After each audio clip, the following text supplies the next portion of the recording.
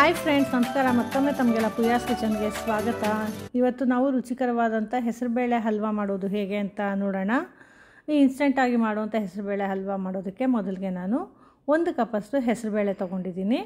ಈ ಹೆಸರುಬೇಳೆನ ಸಣ್ಣ ಉರಿ ಅಥವಾ ಮೀಡಿಯಮ್ ಫ್ಲೇಮ್ಸಲ್ಲೇ ಹುರ್ಕೋಬೇಕು. ಹಾಗೆ ಒಳ್ಳೆ ಘಮ ಬರಬೇಕು. ಈ ಹಸಿ ವಾಸನೆ ಎಲ್ಲ ಹೋಗಿ ಒಳ್ಳೆ ಘಮ ಬರಬೇಕು. ಹಾಗೆ ಸ್ವಲ್ಪ ಹೊಂಬಣ್ಣ ಬರಬೇಕು. ಆ ರೀತಿ ಹುರ್ಕೋಬೇಕು. ಎಷ್ಟು ಹದವಾಗಿ ಈ ಹೆಸರುಬೇಳೆನ ಹುರ್ಕೊತೀವೋ ಅಷ್ಟು ಹಲ್ವಾ ತುಂಬಾ ರುಚಿಯಾಗಿರುತ್ತೆ. ನೋಡಿ, ಇದು ಈಗಾಗಲೇ ಹಸಿ ವಾಸನೆ ಎಲ್ಲ ಹೋಗಿ ಒಳ್ಳೆ ಘಮ ಬರ್ತಾ ಇದೆ. ಸ್ವಲ್ಪ ಹುರ್ಕೊಂಡು ಒಳ್ಳೆ ಕೆಂಪಗಾಗಬೇಕು ಸ್ವಲ್ಪ ಹೆಸರುಬೇಳೆ. ಆ ರೀತಿ ಹುರ್ಕೋಬೇಕು. ನೋಡಿ, ಇಲ್ಲಿ ಇದು ಹುರ್ಕೊಂಡಿದ್ದಾಗಿದೆ. ನೋಡಿ, ಕಲರ್ ಚೇಂಜ್ ಆಗ್ತಾ ಇದೆ ಹೆಸರುಬೇಳೆ. ಈಗ ಇದನ್ನು ಆಫ್ ಮಾಡಿಕೊಂಡು ಸ್ವಲ್ಪ ಈ ರೀತಿ ಮಿಕ್ಸ್ ಮಾಡಿಕೊಂಡು ತೆಗೆದಿಟ್ಕೊಳ್ಳೋಣ. ಈಗ ಈ ಹುರ್ಕೊಂಡಿರೋಂಥ ಹೆಸರುಬೇಳೆನ ನಾನು ಒಂದು ಪಾತ್ರೆಗೆ ಹಾಕ್ಕೊತಾ ಇದ್ದೀನಿ. ಹೀಗೆ ಪಾತ್ರೆಗೆ ಹಾಕ್ಕೊಂಡು ನಂತರ ಈ ಹೆಸರುಬೇಳೆ ಮುಳುಗುವಷ್ಟು ನೀರು ಹಾಕ್ಕೊಂಡು ಇದನ್ನು ಒಂದು ಅರ್ಧ ಗಂಟೆಗಳ ಕಾಲ ನೆನೆಸ್ಕೋಬೇಕು. ಈ ನೆನೆಸೋದ್ರಿಂದ ಈ ಹೆಸರುಬೇಳೆ ಒಳ್ಳೆ ಸಾಫ್ಟ್ ಆಗುತ್ತೆ. ಅದಕ್ಕೋಸ್ಕರ ನೋಡಿ, ಈಗ ಇದು ಅರ್ಧ ಗಂಟೆ ನೆಂದಿದೆ. ಹೆಸರುಬೇಳೆ ಎಲ್ಲ ನೀರಲ್ಲಿ ಚೆನ್ನಾಗಿ ಅರಳ್ಕೊಂಡಿದೆ. ಈಗ ಈ ಎಕ್ಸ್ಟ್ರಾ ಇರೋವಂಥ ನೀರನ್ನೆಲ್ಲ ಬಸ್ಕೊಂಡ್ಬಿಡ್ತಾ ಇದ್ದೀನಿ ನಾನು. ಈ ರೀತಿ ನೀರೆಲ್ಲ ತಕ್ಕೊಂಡು ನಂತರ ಈ ಹೆಸರುಬೇಳೆನ ಒಂದು ಮಿಕ್ಸಿ ಜಾರ್ಗೆ ಹಾಕ್ಕೊತಾ ಇದ್ದೀನಿ. ಹೀಗೆ ಈ ಹುರ್ಕೊಂಡು ನೆಂದಿರೋಂಥ ಹೆಸರುಬೇಳೆ ಹಾಕ್ಕೊಂಡು ನಂತರ ಇದಕ್ಕೆ 1 ಕಪ್ಪಷ್ಟು ಹಸಿ ಕಾಯಿ ತುರಿ ಹಾಕ್ಕೊಂಡಿದ್ದೀನಿ.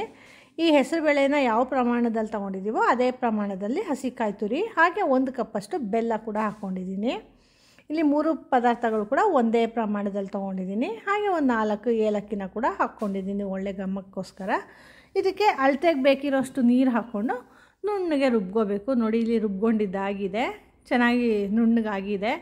ಇದು ಸ್ವೀಟ್ ಚಟ್ನಿ ಥರ ಕೂಡ ಬಳಸ್ಬೋದು. ಇಡ್ಲಿ ಅಥವಾ ದೋಸೆ ಜೊತೆ ತುಪ್ಪ ಹಾಕ್ಕೊಂಡು ತಿನ್ನೋದಕ್ಕೆ ಇದು ತುಂಬಾ ಚೆನ್ನಾಗಿರುತ್ತೆ. ಈಗ ಪಕ್ಕಕ್ಕೆ ಇಟ್ಟು ಇದನ್ನ ಈಗ ಒಂದು ಪ್ಯಾನ್ಗೆ 1 ಟೇಬಲ್ ಸ್ಪೂನಷ್ಟು ತುಪ್ಪ ಹಾಕ್ಕೊಂಡಿದ್ದೀನಿ. ಈ ತುಪ್ಪಕ್ಕೆ ಡ್ರೈ ಫ್ರೂಟ್ಸ್ ಎಲ್ಲ ಫ್ರೈ ಮಾಡ್ಕೊಳ್ಳೋಣ. ಇಲ್ಲಿ ನಾನು ದ್ರಾಕ್ಷಿ ಮತ್ತು ಬಾದಾಮಿನ ಹಾಕ್ಕೊಂಡಿದ್ದೀನಿ.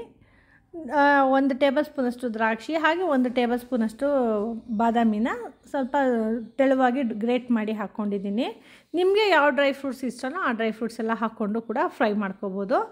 ಇದು ಒಳ್ಳೆ ಘಮ ಬರೋ ರೀತಿ, ಹಾಗೆ ದ್ರಾಕ್ಷಿ ಎಲ್ಲ ಚೆನ್ನಾಗಿ ಕೆಂಪಗಾಗೋ ರೀತಿ ಫ್ರೈ ಮಾಡಿಕೊಂಡು ಒಂದು ಬಟ್ಲಿಗೆ ತೆಗೆದಿಟ್ಕೊತಾ ಇದ್ದೀನಿ. ಹೀಗೆ ಈ ಡ್ರೈ ಫ್ರೂಟ್ಸ್ ಎಲ್ಲ ಮೊದಲೇ ಫ್ರೈ ಮಾಡಿಕೊಂಡು ನಂತರ ಲಾಸ್ಟಲ್ಲಿ ಹಾಕ್ಕೊಂಡ್ರೆ ಇದು ಒಂದು ಸ್ವಲ್ಪ ಕ್ರಿಸ್ಪಿಯಾಗಿ ಚೆನ್ನಾಗಿರುತ್ತೆ, ತಿನ್ನೋವಾಗ ಚೆನ್ನಾಗಿ ಸಿಗುತ್ತೆ. ಈಗ ಪ್ಯಾನಲ್ಲಿರುವಂಥ ತುಪ್ಪಕ್ಕೆ ಈ ರುಬ್ಬಿಟ್ಕೊಂಡಿದ್ದೀವಲ್ಲ ಈ ಮಿಶ್ರಣನ ಹಾಕ್ಕೊತಾ ಇದ್ದೀನಿ. ಹಾಗೆ ಇಲ್ಲಿ ಈ ಪಾತ್ರೆ ತೊಗೊಳ್ಳೋವಾಗ ಸ್ವಲ್ಪ ದಪ್ಪ ತಳ ಇರೋವಂಥ ಪಾತ್ರೆನ ಬಳಸ್ಕೋಬೇಕು. ಯಾವುದೇ ಸ್ವೀಟ್ ಮಾಡಬೇಕಾದ್ರೂ ಅಷ್ಟೇ ತಳ ದಪ್ಪ ಇರೋವಂಥ ಪಾತ್ರೆನ ಬಳಸಿದ್ರೆ ಸ್ವೀಟು ತಳ ಕಟ್ಟೋದಿಲ್ಲ. ಈಗ ನೋಡಿ, ರುಬ್ಬಿರೋಂಥ ಮಿಶ್ರಣ ಹಾಕ್ಕೊಂಡು ಅದಕ್ಕೆ ಮಿಕ್ಸಿ ಜಾರ್ಗೆ ಒಂದು ಸ್ವಲ್ಪ ನೀರು ಹಾಕ್ಕೊಂಡು ಅದನ್ನ ಕೂಡ ಸೇರಿಸ್ಕೊಂಡಿದ್ದೀನಿ. ಈಗ ಇದನ್ನು ಚೆನ್ನಾಗಿ ಫ್ರೈ ಮಾಡ್ಕೋಬೇಕು. ಈಗ ಇದಕ್ಕೆ 2 ಟೇಬಲ್ ಸ್ಪೂನಷ್ಟು ತುಪ್ಪ ಹಾಕ್ಕೊಂಡಿದ್ದೀನಿ.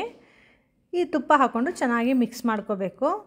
ಇಲ್ಲಿ ಬೇಳೆ ಹಾಕ್ಕೊಂಡಿರೋದ್ರಿಂದ ಇದು ಚೆನ್ನಾಗಿ ಅರಳ್ಕೋಬೇಕು. ಅದಕ್ಕೋಸ್ಕರ ಇದನ್ನ ಸಣ್ಣ ಉರಿಲಿ ಚೆನ್ನಾಗಿ ಫ್ರೈ ಮಾಡ್ಕೋಬೇಕು.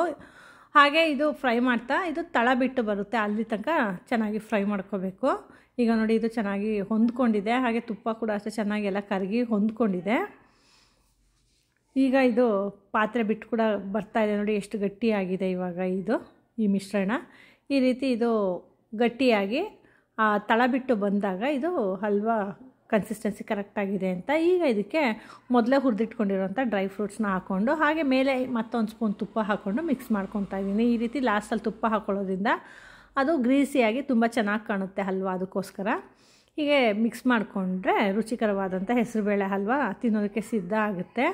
ಹಾಗೆ ಈ ಹಲ್ವಾನ ಈ ರೀತಿ ಹಲ್ವಾ ಕನ್ಸಿಸ್ಟೆನ್ಸಿಲಿ ಕೂಡ ಮಾಡ್ಕೋಬೋದು, ಅಥವಾ ಇದು ಸ್ವಲ್ಪ ಚೆನ್ನಾಗಿ ಫ್ರೈ ಮಾಡಿಕೊಂಡು ಒಂದು ಪ್ಲೇಟ್ಗೆ ಹಾಕ್ಕೊಂಡು ಬರ್ಫಿ ಟೈಪ್ ಕೂಡ ಕಟ್ ಮಾಡ್ಕೋಬೋದು. ಅದು ಕೂಡ ತುಂಬ ಚೆನ್ನಾಗಿರುತ್ತೆ.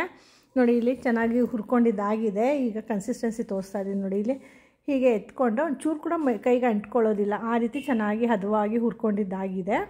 ಹೀಗೆ ಗಟ್ಟಿಯಾಗಿ ಕೂಡ ಮಾಡ್ಕೋಬೋದು. ಹಾಗೆ ಇನ್ನು ಸ್ವಲ್ಪ ನೀರು ಹಾಕ್ಕೊಂಡು ತೆಳುವಾಗಿ ಕೂಡ ಮಾಡ್ಕೋಬೋದು. ಆದರೆ ಈ ರೀತಿ ಗಟ್ಟಿಯಾಗಿ ಮಾಡಿಕೊಂಡ್ರೆ ಇದು ತುಂಬ ದಿವಸ ಇಟ್ಕೊಂಡು ತಿನ್ಬೋದು. ಸುಮಾರು ಒಂದು 8 ರಿಂದ 10 ದಿವಸ ಇಟ್ಕೊಂಡು ತಿನ್ಬೋದು, ಚೆನ್ನಾಗಿರುತ್ತೆ. ರುಚಿಕರವಾದಂಥ ಹೆಸರುಬೇಳೆ ಹಲ್ವಾ ಸಿದ್ಧ ಆಗಿದೆ. ಈ ರೆಸಿಪಿ ನಿಮಗೆ ಇಷ್ಟ ಆಯಿತಾ? ಹಾಗಿದ್ರೆ ಖಂಡಿತ ನೀವು ಟ್ರೈ ಮಾಡಿ ಹೇಗೆ ಬಂತು ಅಂತ ನಮಗೆ ಫೀಡ್ಬ್ಯಾಕ್ ಕೊಡಿ. ಹಾಗೆ ಇನ್ನೂ ಹೆಚ್ಚು ವೀಡಿಯೋಸ್ಗಳಿಗಾಗಿ ನಮ್ಮ ಪ್ರಿಯಾಸ್ ಕಿಚನ್ನ ಲೈಕ್ ಮಾಡಿ, ಶೇರ್ ಮಾಡಿ, ಹಾಗೆ ಸಬ್ಸ್ಕ್ರೈಬ್ ಮಾಡಿ. ಧನ್ಯವಾದಗಳು.